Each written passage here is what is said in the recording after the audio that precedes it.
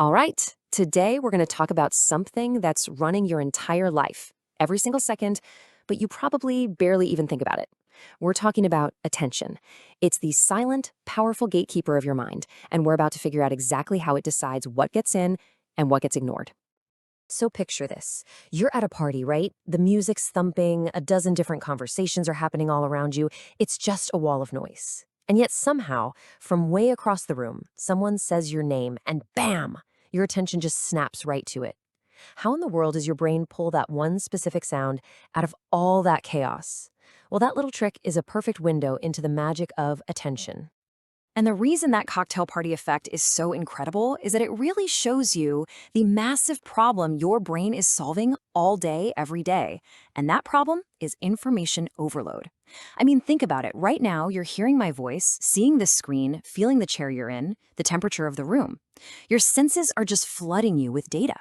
Without a system to manage all that, it would be complete and utter chaos.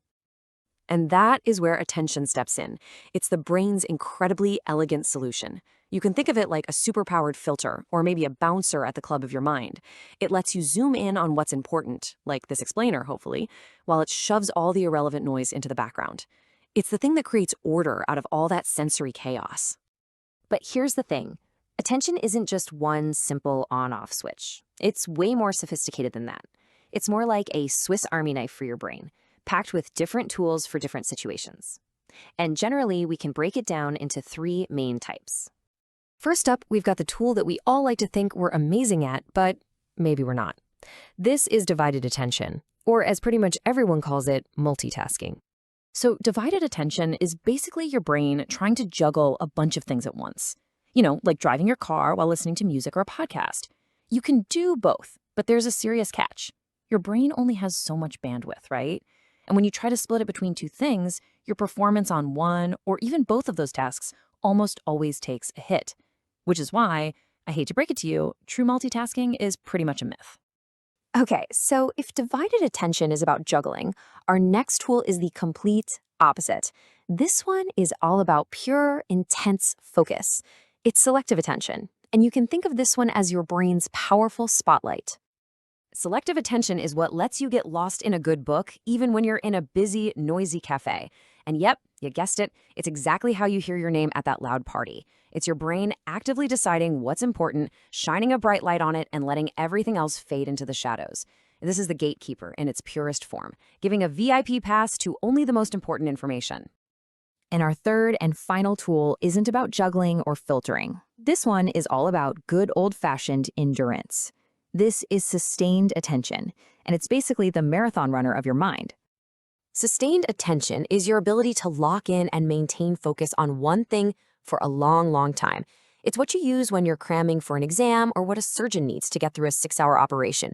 Or think about an air traffic controller who has to watch a screen for hours without missing a single tiny detail. As you can imagine, this is incredibly demanding, and things like being tired or not getting enough sleep can absolutely wreck it. Okay, so we've established our brain has this amazing filter, but for decades, a huge debate in psychology has been about when that filter actually does its job. Does it block out all the junk right at the very beginning, or does it let everything in, analyze it, and then decide what to pay attention to? This whole debate is captured in what are called bottleneck theories. Just imagine all that sensory information, sights, sounds, smells, all trying to squeeze through a tiny bottleneck to get to your conscious brain. These theories are all about figuring out where along that path the selection actually happens. And this table kind of breaks down the main arguments. So on the left, you've got a guy named Broadbent. His idea was early selection. He basically thought the filter was like a brick wall right at the beginning, at the sensory level. If you're not paying attention to it, it gets completely blocked, period. But that idea couldn't really explain the cocktail party effect, right? So then, in the middle, you have Treisman's attenuation theory. She came along and said, wait a minute. What if the filter doesn't block stuff completely? What if it just turns down the volume? Unimportant stuff gets quiet, but something really meaningful, like your name, is still loud enough to break through. And then, all the way on the right, you have Deutsch and Deutsch, who argued for late selection. They thought the brain processes everything for meaning first, and only after all that work does the filter kick in and decide what gets your conscious attention. And this really gets to the heart of why Treisman's theory became so popular. It just makes intuitive sense, doesn't it? The other conversations are still there, kind of simmering on a low heat in the background of your mind, until something important, your name, causes it to boil over into your consciousness. It's not gone, it's just turned down. So we've talked about how we direct our attention. But what happens when you practice something so much that you don't even have to think about it anymore? Well, this is the brain's amazing journey from conscious effort to pure autopilot. When you're first learning a new skill, like driving a car, it takes what's called controlled processing. I mean, you're thinking about every single move, right? Hands at 10 and 2, check the mirror, ease onto the gas. It's slow, it's clunky, and it takes up every ounce of your attention. But after you've been doing it for years, it becomes automated. You can just drive, listen to music, and think about what you need at the grocery store. All because the act of driving has been handed over to your brain's autopilot system, freeing up all those precious attention resources. So we've gone through the different tools and the big theories, but I want to end by zooming all the way out, because the role of attention is so much bigger and more profound than just helping us focus. In a very real way, attention is the architect of your reality. Just look at this. Attention is the literal foundation of the pyramid. It's the gatekeeper not just for what you perceive, but for your memory itself. Think about it. If you don't pay attention to something, that information never gets properly encoded in your brain. And if it's not encoded, there's no way it can be stored as a memory.